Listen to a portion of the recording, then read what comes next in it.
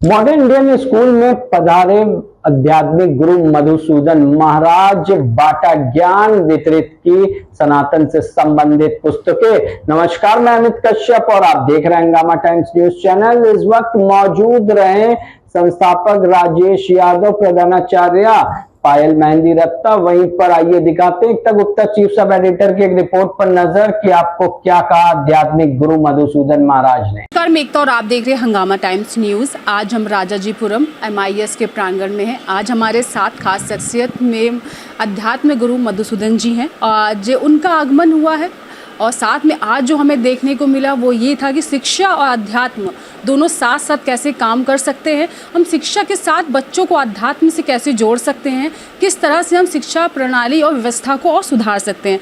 गुरुजी, आपका स्वागत है और बहुत धन्यवाद कि आपने हमें अपना कीमती समय दिया। आज स्कूल के प्रांगण में आपका आना हुआ और हमने देखा था टीचर्स के साथ, प्रिंसिपल के साथ बैठ के आपने एक अलग से एक बात की बच्चों के भविष्य को लेकर, शिक्षा को लेकर, और किस तरह हम स्कूल में वो माहौल बना सकते हैं बच्चों का जहाँ शिक्षा भी मिले, अध्यात्म से जुड़े, इतिहास से भी जुड़े और संस्कृति को भी पकड़ के रखे। सर, क्या कहना चाहेंगे गुरुजी? देखिए, सबसे पहले ये मेरे प्रिय भाई राजेश जी हैं, राजेश यादव जी। इनको मैं आशीर्वाद आध्यात्मिक देता हूँ और इनके उज्जवल भविष्य की कामना भी करता हूँ। अभी हाल में ही इनकी पत्नी का स्वर्गवास हो गया। वो हमारी बहन भी थी। इनके पिताजी भी हमारे शिष्य रहे हैं। एक लंबे समय से इस परिवार से जुड़ा रहा हूँ। रही बात एजुकेशन की, तो एजुकेशन हमें नॉलेज देता है, तर्क देता है, जीवन जीने का तरीका बताता है, व्यवसाय करने का तरीका बताता है। एजुकेशन, शिक्षा बहुत महत्वपूर्ण है मानव जीवन के लिए। श्रद्धा देता है, विश्वास देता है, प्रेम देता है। अध्यात्म हमारा आंतरिक जीवन और बाह्य जीवन हमारा संसार है जिसमें एजुकेशन चलता है। भीतर की जगत में अध्यात्म चलता है, बाहर की जगत में एजुकेशन चलता है। अध्यात्म का संबंध आपके बाहर की जगत से नहीं है, भीतर की जगत से। जब आप आंख बंद करते हैं, ध्यान करते हैं, साधना करते हैं, समाधि में जाते हैं, तो आपके मन को बड़ी शांति मिलती है, एक आनंद मिलता है। और उस आनंद और शांति को अपना संबल बनाते हैं, अपना साधन बनाते हैं, तो संसार में संघर्ष करने की, लड़ने की क्षमता आपको मिलती है। तो दोनों आपस में जुड़े हुए हैं। ये जोड़ना नहीं है। जहाँ थीसिस होगी वहाँ एंटीथीसिस अपने आप एग्जिस्ट करती है। और थीसिस और एंटीथीसिस में जब टकराव होता है तो सिंथेसिस आती है। सिंथेसिस जो होगी वो हायर होगी। जब आप किसी भी चीज को, इसे कहते हैं कन्फ्लिक्ट थ्योरी, जो कार्ल मार्क्स ने लिया, कन्फ्लिक्ट को लिया। ये थ्योरी भगवान श्री कृष्ण ने अर्जुन को दी, कन्फ्लिक्ट, भागो नहीं, संघर्ष करो। आप अपने जीवन में दुर्बलता को न लाए। संघर्ष करके आदमी महान बनता है। संघर्ष किसके लिए? विकास के लिए, शत्रुओं के विनाश के लिए। वो दोनों ऑलरेडी अध्यात्म और भौतिक जीवन दोनों ही एग्जिस्ट करते हैं एक दूसरे के साथ। सिंगल कोई भी चीज एग्जिस्ट नहीं। जहाँ मैटर होगा वहाँ एनर्जी जरूर होगी, और जहाँ एनर्जी होगी वहाँ मैटर होगा। तो जहाँ अध्यात्म है वहाँ भौतिक जीवन भी है, और जहाँ भौतिक जीवन है वहाँ अध्यात्म जरूर होगा। रही बात संस्कृति, संस्कृति हम उसे कहते हैं, जो संस्कृति को कहते हैं ज्ञान। वो ज्ञान जो हमारे ऋषि मुनियों ने, हमारे पुरखों ने अनंत काल से एक दूसरे को देते चले आए हैं। इसी को फिर आगे चल के हम कहते हैं संस्कार। कोई भी व्यक्ति अपने संस्कार और संस्कृति को अपना करके ही प्रसन्न रह सकता है। जहाँ हम अपनी संस्कृति और संस्कार को खो देते हैं वहाँ कभी भी हम सुखी नहीं रह पाते। तो हमारे सुख का आधार हमारी संस्कृति होगा, न कि हमारा उधारू ज्ञान होगा। हम उधारू ज्ञान को अपना करके कभी भी सुखी नहीं हो सकते, मानो कि ये गुरु है। अच्छा सर, क्या अल्प आयु में छोटे बच्चे भी ये अध्यात्म से जुड़ सकते हैं? क्योंकि जिस तरह से पढ़ाई का प्रेशर होता है सर, टेंशन आती है, एग्जाम को लेकर भी कहीं ना कहीं अंदर ही अंदर इंसान रहता है। आजकल छोटे बच्चे आत्महत्या को लेकर कुछ ना बहुत ऐसे कदम उठा रहे हैं, सोशल मीडिया पे इतने जा रहे हैं कि उसका गलत असर हो रहा है। तो क्या छोटी आयु में भी अध्यात्म से जुड़ सकता है बच्चे? निश्चित वो अध्यात्म से जुड़े हुए हैं बाई बर्थ, क्योंकि बस उनको केवल अभ्यास की जरूरत है, प्रैक्टिस की जरूरत है।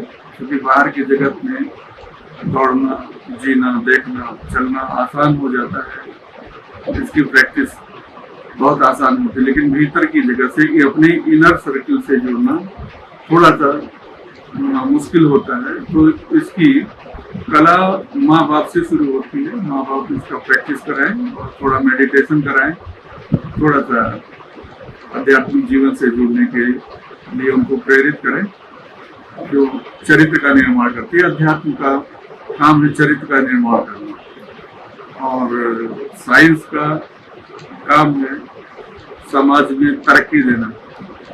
तो साइंस जो है का वेरिफिकेशन हो सकता है, डायरेक्ट वेरिफिकेशन हो सकता है, उसे नापा जा सकता है साइंस के नॉलेज को, लेकिन अध्यात्म के नॉलेज को हम नहीं नाप सकते। और ये इसका आधार, अध्यात्म का आधार श्रद्धा और बिलीव है। अध्यात्म जो है मैथोलॉजिकल होता है और साइंस जो है साइंटिफिक है। तो साइंस बराबर जो है अनस्टेबल है, उसमें परिवर्तन होता रहता है। इसलिए साइंस कहीं भी स्थिरता नहीं देती। जो आज है वो कल नहीं रहेगा, जो कल है वो परसों नहीं रहेगा। इसलिए परमानेंट सुख का आधार आपका अध्यात्म है। और अध्यात्म का पता हम लगाते हैं व्यक्ति के चरित्र से। और चरित्र का मतलब है जो हम सोचते हैं वही बोलें और जो बोले उसे करें। तीनों में कोऑर्डिनेशन होना चाहिए। तो ये व्यवहार के लिए बहुत जरूरी है।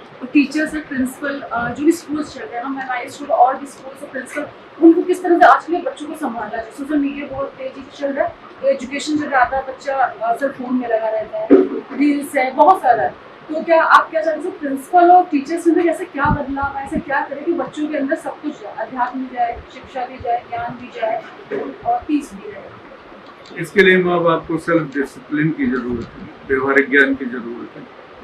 बच्चों को ये बताया जाए कि ये चीज़ आपके लिए नुकसानदेह है, आप ऐसा करेंगे तो आप जीवन में अपाहिज हो जाएंगे, तरक्की नहीं कर पाएंगे, मेंटल आपका डिसबैलेंस बना रहेगा।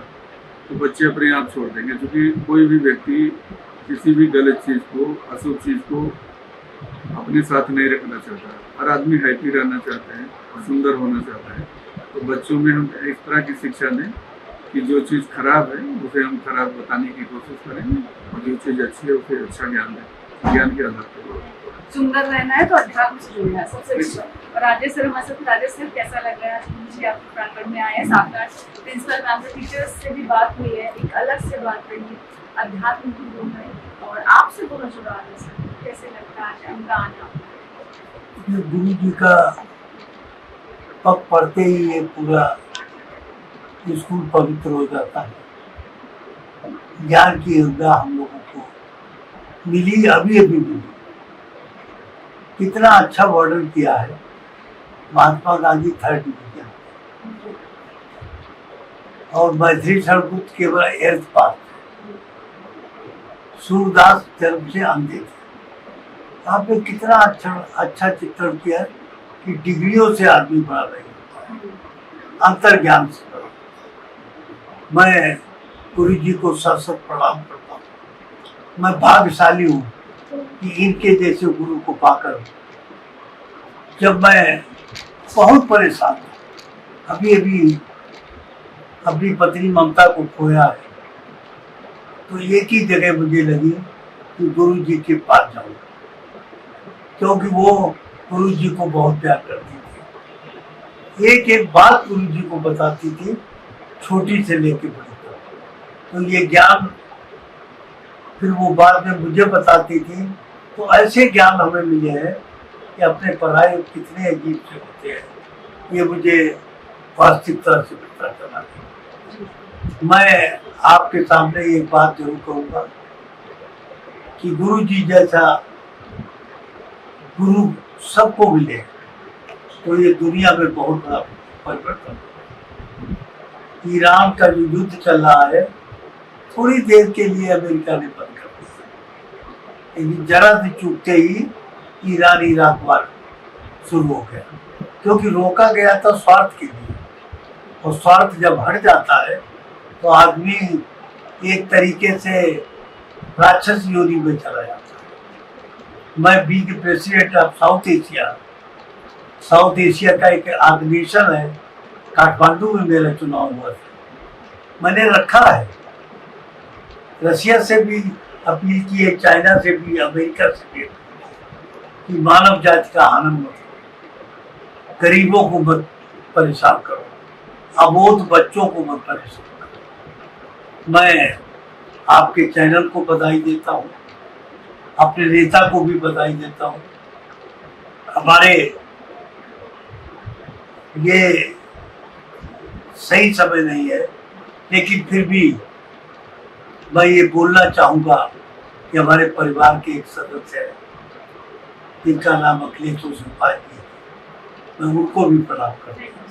ये थे हमारे साथ राजेश जी, और साथ में आज हमने पूरी से बात की ज्ञान को लेकर, अध्यात्म को लेकर, शिक्षा को लेकर।